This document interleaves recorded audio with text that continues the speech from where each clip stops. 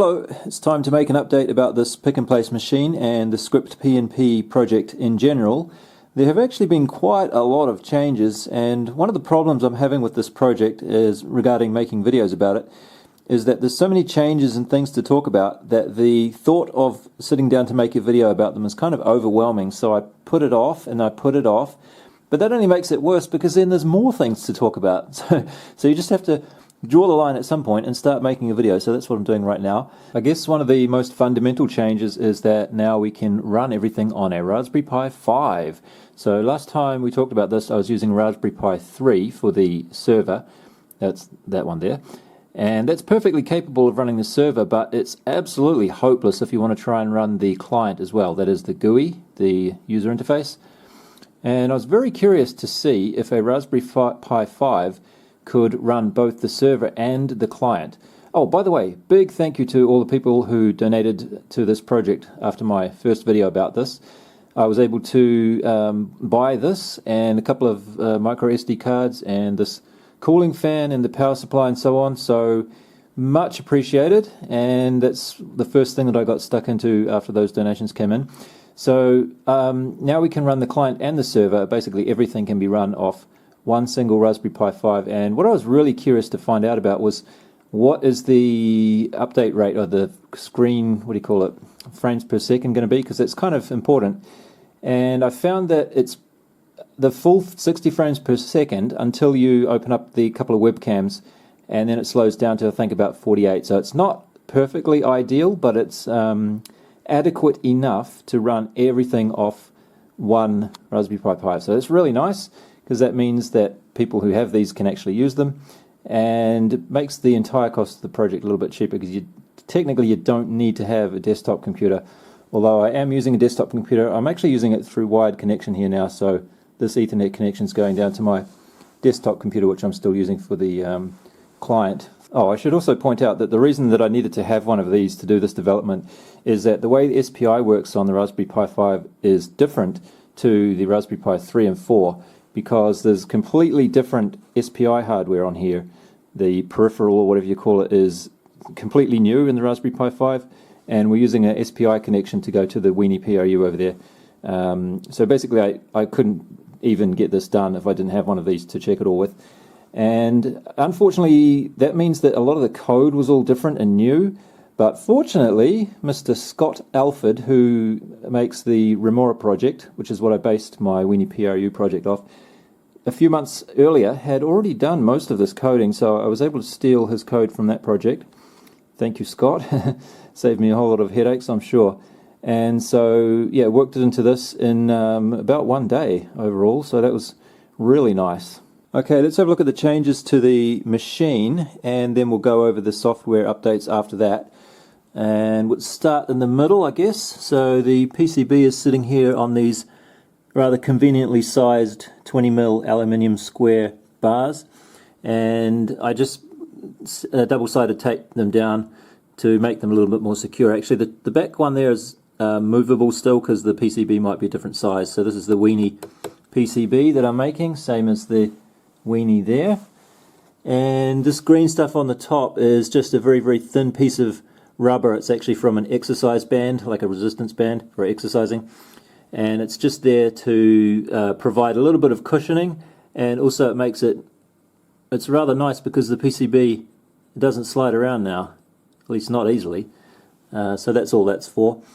Right here we have a plate which is used for the probing to measure the height of these parts here. So you're going to pick up a part, bring it over here, touch it down, measure how high it is, and then you measure again afterwards without the part on there to measure the difference. So we just need a solid constant reference, so that's just another piece of 20mm aluminium square bar. Over here we have a discard bucket. It's just a piece of toilet roll cardboard, sits on that little red mark, and that's where parts will be discarded if it seems like they weren't working properly. Over at the back there we have the tool post, or the tool holder, or whatever you want to call it. So this holds the nozzles for automatic changing, and these ones are the Samsung CP40, I think they're called, and they're actually a magnetic sort of a material. So I've glued on magnets at the back there with super glue, so that when these push back into the proximity of the magnet, they'll click in there and they'll be held in there quite nicely. I was a little bit worried that these might become magnetized over time, which is why when I'm not using the machine I just slide them forward a little bit like that, so that they're hopefully not within the influence of those magnets for the long term. And you'll notice also that there's a couple of little tiny holes on there. Actually, that's the third version of that I made. I'll show you a little bit on here, it's easier to see maybe. So we've got a little hole on the end and on that end, and those are fiducials so that the machine can look at these holes on each end, and then it knows where it is in relation to these nozzle positions as well. So then what it can do is it can go along and look at each of these using the camera to figure out which one is missing. So for example, at the moment the third one along is missing because that's the one that's on the machine already, on the nozzle tip already or whatever. So by looking at those, it will be able to automatically figure out what's going on when you turn the machine on each time. So to get that tool post attached like that, I needed access to the bottom of the machine, which is why I lifted it up like this. It's on soup cans here because they're the tallest cans I had, and they're all nicely sized so that they're exactly the same. It was actually a two-person job really to lift this up, but I was able to do it with the help of some tuna cans and some diced peaches cans, which are like that high and that high respectively.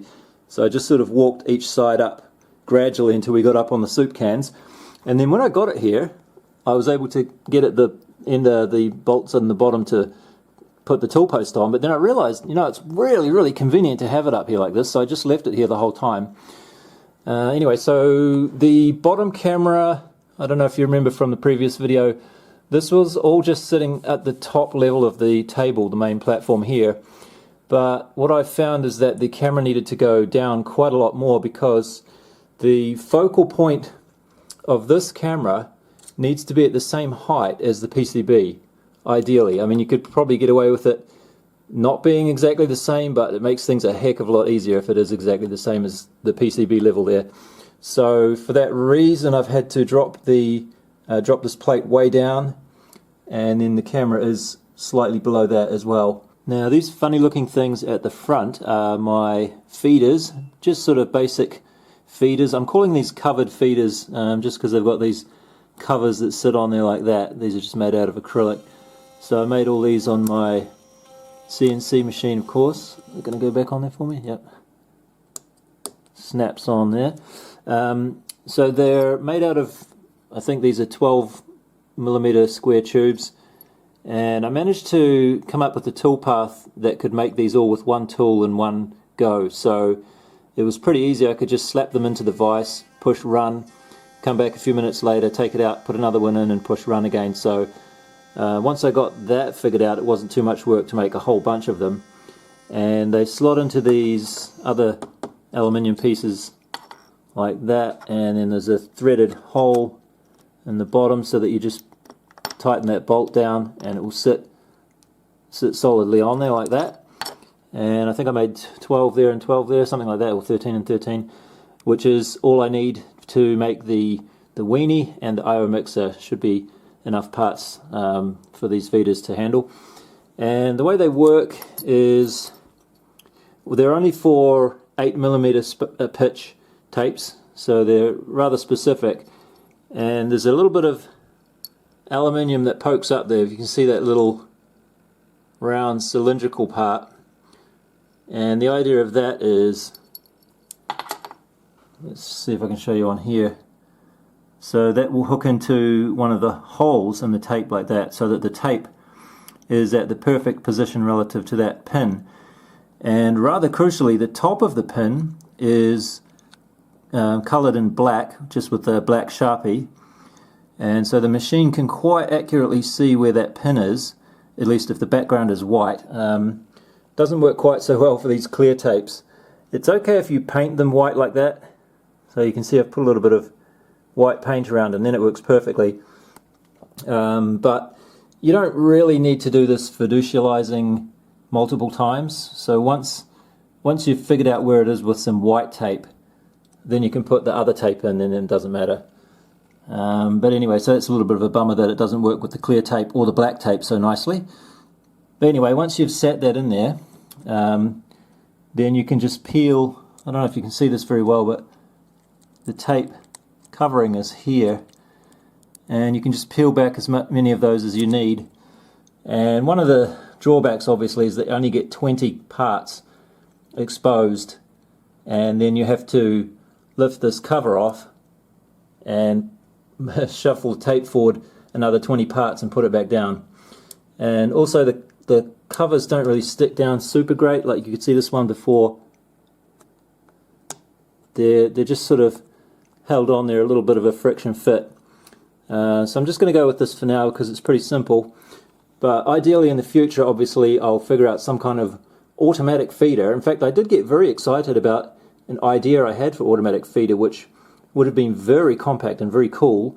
It didn't work out, but let me show you what it was anyway.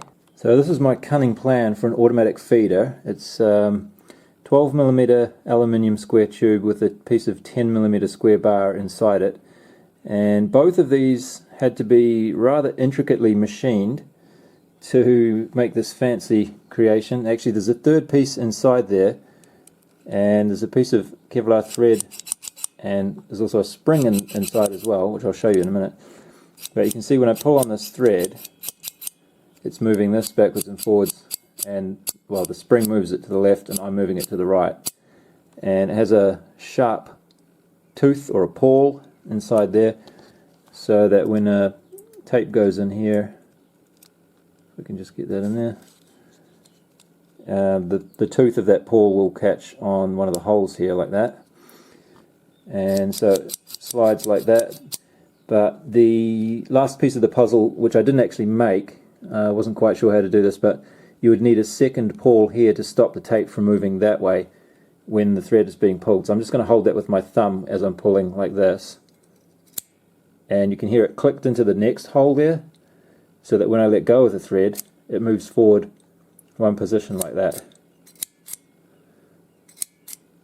And then obviously you need some way to peel the tape back, the covering film, and the idea is that this piece here would be sharpened and bent down slightly, and you can see it's right in the middle of the lane where the parts are. So the covering film would be lifted up and towards the side like this.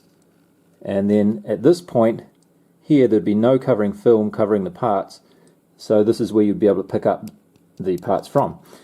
Now the problem with this, the main problem is that the motive power required to pull the string is quite strong, because it's going to have to counteract, it's going to be needs to be strong enough to pull this pawl into the next thing, and also the spring needs to be strong enough to push it forwards again. So it needs to be able to counteract the spring as well. And I tried with some of these rather large solenoids. I thought solenoids would be quite a convenient and cheap way to do it. They're pretty cheap, and an I/O mixer would be able to control like 30 of these quite easily, but problem is they're just not strong enough. What I like about this though is, because you've got the string here, the motive power part of it could be placed at a distance from the feeders themselves, and it could be just run over like a pulley or something. So this could be completely in a different location, which would be quite nice.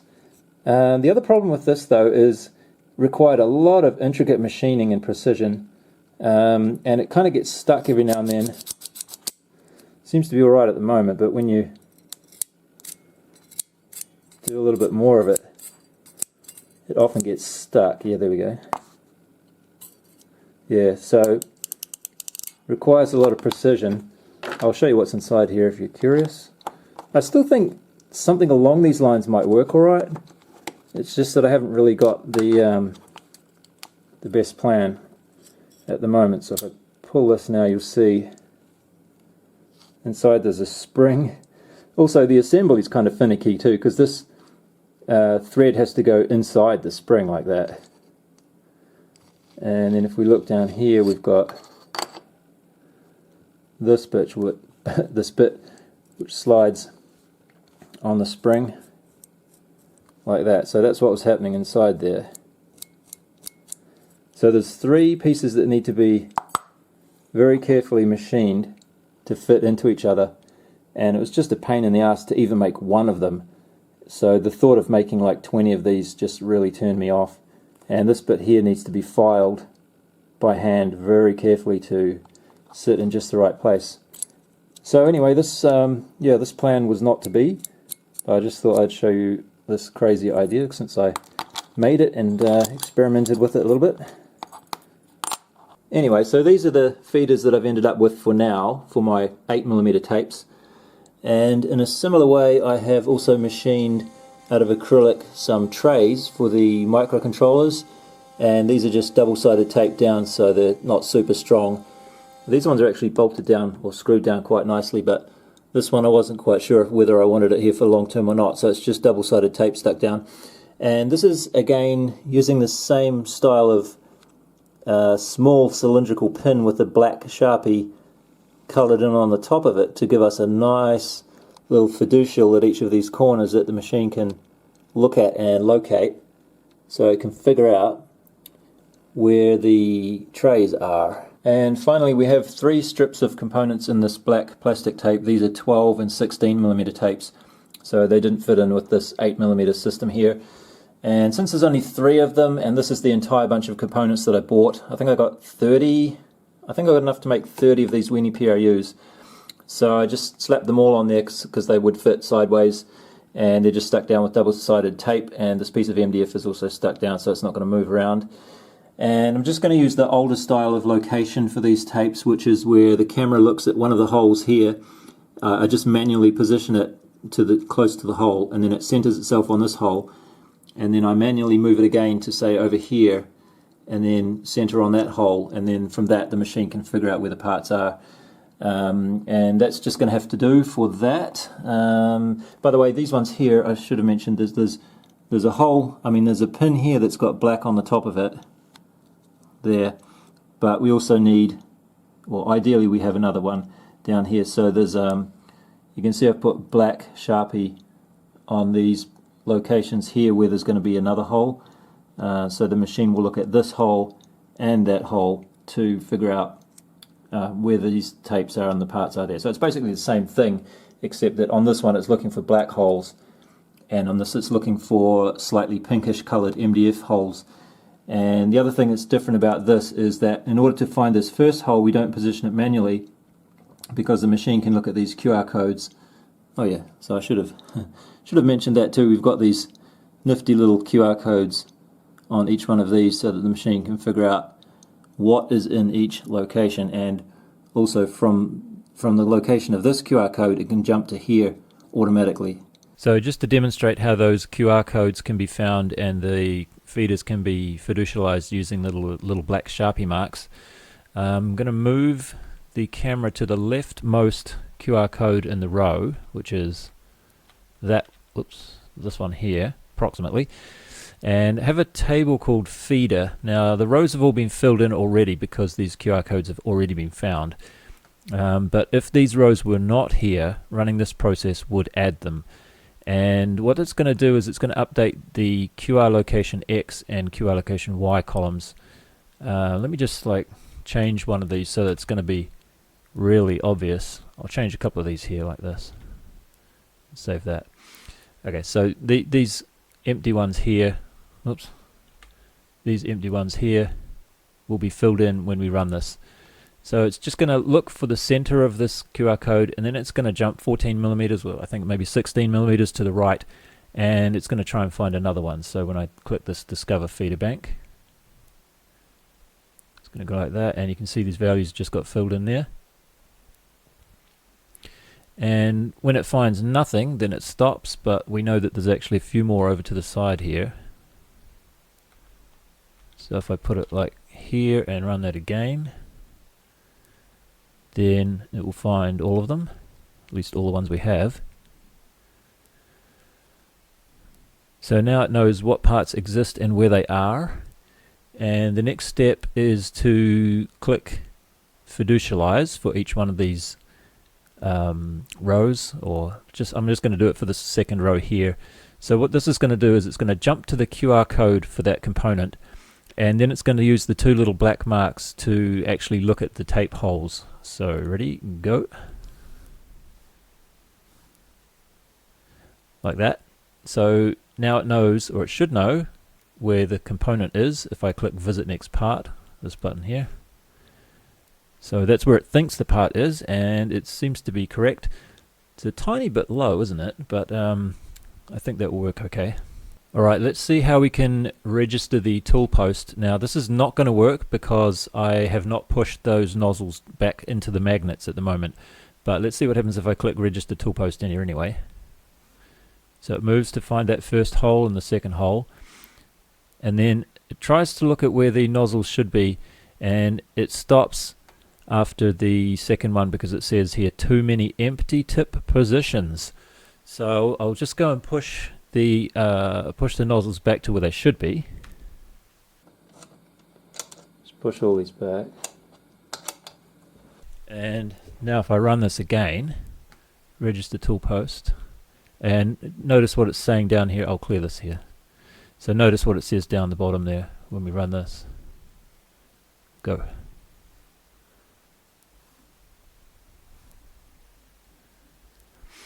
So it says here nozzle 0, 1, 3 and 4 are true. Nozzle 2 parts is false. So now it says assuming tip 2 is on the nozzle, which is correct. And now we can do I've got one called holster weapon, which just puts the nozzle that it has back into the holder so that now it's holding nothing. Now if we register tool post again, I'll clear this, and if we register tool post again, it should figure out that there's nothing. So it says assuming tip -1 is on the nozzle, which just means that there's no tip on the nozzle. And now we can do some selection of the nozzles. So if I click on tip 0, it'll pick up tip 0, tip 2, tip 4, tip 0, and so on. So that's how it can automatically get the right nozzle to use. Alright, now that we have nozzles available to use, we can use the probing feature to discover how high each part is, or the altitude of each part in its feeder. So using this second row again, the same one that we looked at before, I'm going to change the action of this button from fiducialize to measure pick altitude. And so what we're going to be doing now is finding the value for this column here. So I'll just delete this one so that this cell is empty, and save that. So this cell here is the value that we're going to be finding when I click measure pick altitude. Oh, it has to change the nozzle, and then it just goes to touch the part in the feeder, and the value for the altitude is -20.26. And then we can also measure the thickness of the part. So this is I think it's an 0805 resistor. So if I click this now, we're going to pick up the part, take it over to that reference plane and touch it down, put it back in the feeder, and then touch the reference plane with no part. And you'll see up in this little display here it says part height 0.5. And let me just check if the part went back into the feeder, so we'll be able to repeat that if it did. Okay, it looks like the part went back into the feeder, alright. We can actually do this to check as well, right? Visit next part. Okay, it kind of went back in the feeder, but not quite. Let me just poke it a little bit. Alright, I just want to see how repeatable this is. So the value we got just then was 0.5 millimeters thickness. Now if we measure part thickness again,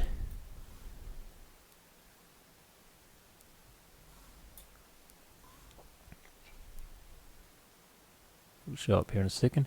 So part height or part thickness this time is 0.48 millimeters. So it's repeatable to within about 0.02 millimeters. This seems to be roughly the accuracy of the probing, the load cell probing. That kind of makes sense because it's a 50 steps per millimeter stepper motor that's running it, so we wouldn't really expect much more accuracy than that. Oh, and another thing we can do with the probing, of course, is to probe the height of the PCB itself. So I have a button here called Probe PCB. I think this is going to change the nozzle as well. I'm not sure why, but I decided that probing the PCB should be done with this nozzle.